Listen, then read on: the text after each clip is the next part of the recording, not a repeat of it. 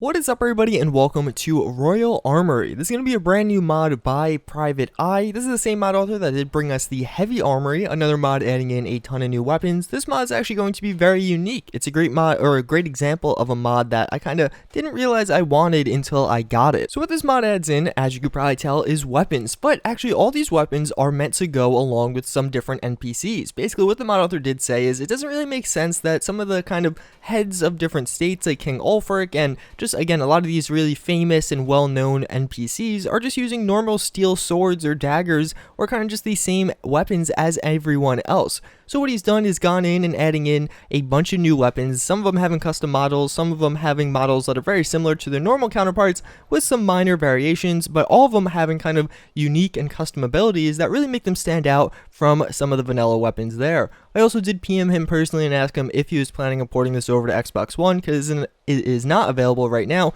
and he did say that he was having some issues with the creation kit, but both his mods, this and Heavy Armory, should be coming to Xbox One shortly. So the first weapon I will show you guys is going to be the Black Crow Dagger. So this is going to be by Maven Blackbriar, or it's going to be held by Maven Blackbriar. Basically, what this is going to do is absorb health and stamina and paralyze targets for 2 seconds. So, oh, I have AI off. That's why it's not doing anything. Regardless, he should hopefully get up if I could successfully turn the AI back on, which I think I did. Did I do that successfully? There you go. And as you can see, all these hired thugs from the Santa Claus mod are going to come attack me. But as you can see, again, it's just kind of a small little feature there that I think is actually quite cool. So the next one I want to show you is going to be Fauxbreaker. This is going to be by, or held by Galmar Stonefist. As you can see, this guy's beating him down. So basically, what this one's going to... Oh, yeah, I dropped a bunch of weapons before. Okay, thanks, buddy.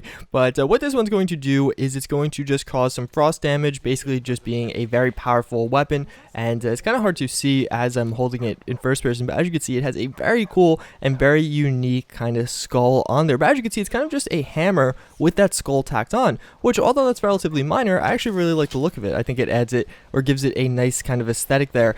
And we could hit this guy down again, and all the guards will try and kill him again. But regardless, I mean, that's kind of the major theme of this mod. You're going to find a lot of these weapons, they're different enough, and they have kind of a theme that fit the characters, making them just kind of stand out and be pretty cool, at least in my eyes. So the third weapon I do want to show you guys is going to be the Hammer of Light. This is going to basically have a bunch of different damage types. As you can see, it has that kind of illuminating glow coming out of it. This one definitely looks very cool, and it's going to have well, first and foremost, it's going to actually illuminate. So as you can see, it's a little dark here. It's not super dark, but if we go to some of the darker areas, you definitely see it does illuminate, like in the shadows right here. I guess you can kind of tell. It's going to illuminate that way. And on top of that, it's going to cause sun and fire damage, which are pretty cool. And of course, beyond all of that, extra damage to vampires. And it's going to be held by Isran. So let's see, who can I hit with this one? I guess I could start taking on some of these guards. But again, this is just, the whole mod has a really cool theme to it. As you can see, this guy's going to be set on fire now, and we could actually start beating him down. He will eventually start realizing, and we could finish him off like so. Actually, I should have probably killed the hired thug instead, but we could do that now.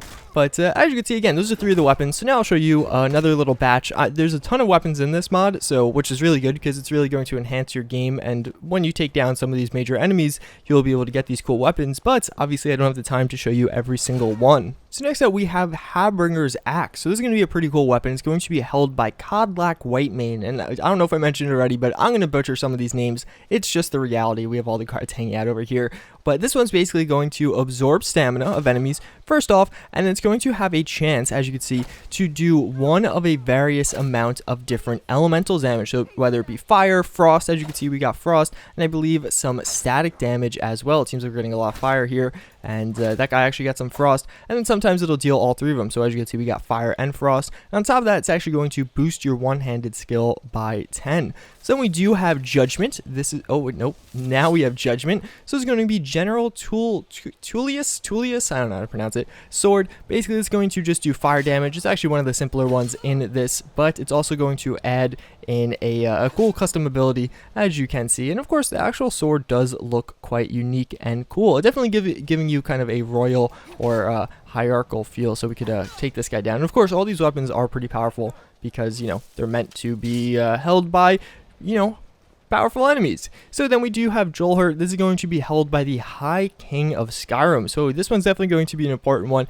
This one's going to do frost damage, and actually this one, just the flat damage of this is pretty ridiculous. It's going to kill enemies very, very quickly. It's one of the highest damaging weapons in this mod, and definitely going to be, I think, one of the cooler ones, even just from an aesthetic standpoint. And the guards are trying to tell me to stop. No, I don't want to stop. Thank you. But as you can see, this one's definitely looking like a pretty daunting and scary weapon. So then for my final little 3 batch here, we will have, first and foremost, we have the Mentor's Blade. This is going to be held by Esbern, and basically what this one's going to do is actually give you 10 points of shock damage. So as you can see, as I attack some of these different enemies, I'm going to do that, as well as it grants 15% elemental resistance and 30% poison resistance. So as you can see, a lot of these, again, being themed around the person that carries them, which is really cool. You know, it's just, all in all, I think this is just a very cool mod. I really like all the little details it adds in, and he actually gives a little blurb as to how he kind of got to his you know, spot here. So for example, for this particular sword, it says, during and after the Great War, the blades were systematically killed off and many of their artifacts were destroyed. One of the few surviving members, Esbern, took the Mentor's Blade when he went into exile as a weapon, and they safeguard this last treasure of dying order. The font was really small. That's why I was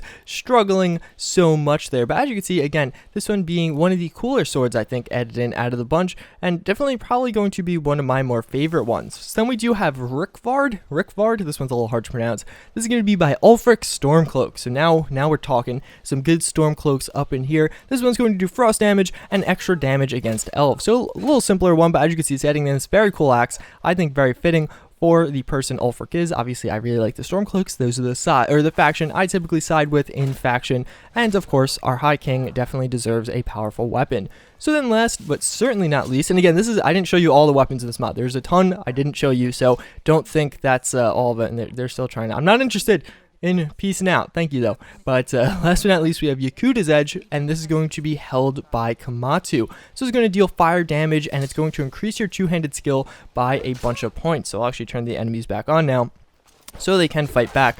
And as you can see, this one's being pretty cool as well. We can go in third person. This is a pretty large and powerful sword. But yeah, again, that's going to be pretty much wrapping it up for this mod. A very cool mod, as I did say before. I really like this mod. I just think it's pretty unique compared to a lot of the other mods out there, and it's kind of following a similar role that whoa, wow, we like took that guy out in 2 hits.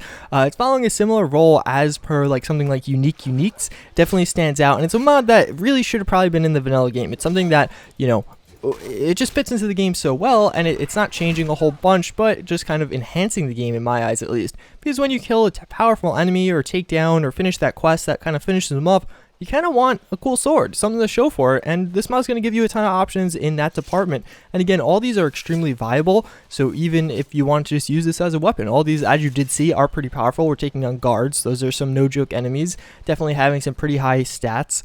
And yeah, pretty cool mod, definitely worth a download in my eyes. If you guys did watch to this point in the video, let me know by commenting dog down below. And as always, thank you for watching. Big shout out to Private Eye for releasing this mod for us. And again, something I do want to note, this is a totally new mod. Like, I know a lot of mods are being ported over, so it's sometimes hard to tell, but this is actually only being released for the first time right now. As always, thank you guys for watching again, and I hope to see you all next time. Later.